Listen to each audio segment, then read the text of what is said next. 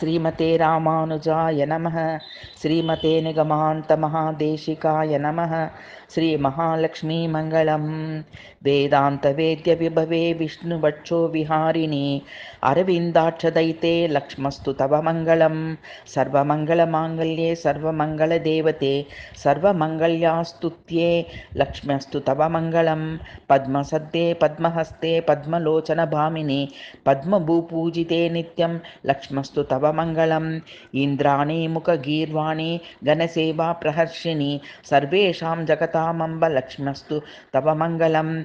त्वदङ्गितपारधीनो हरिसर्वेश्वरोऽपि सन् कुरुते निखिलं कर्म लक्ष्मस्तु तव मङ्गलम्। इन्द्राय तक्तशापाय त्रैलोक्यैश्वर्यदायिनि अष्टाभिर्मूर्तिर्विजुष्टे लक्ष्मस्तु तव मङ्गलम्। सुपर्वभिः सदाराध्ये शोभावति शुचिस्मिते सर्वकामप्रदे देवी लक्ष्मी अस्तु तव मङ्गलम्।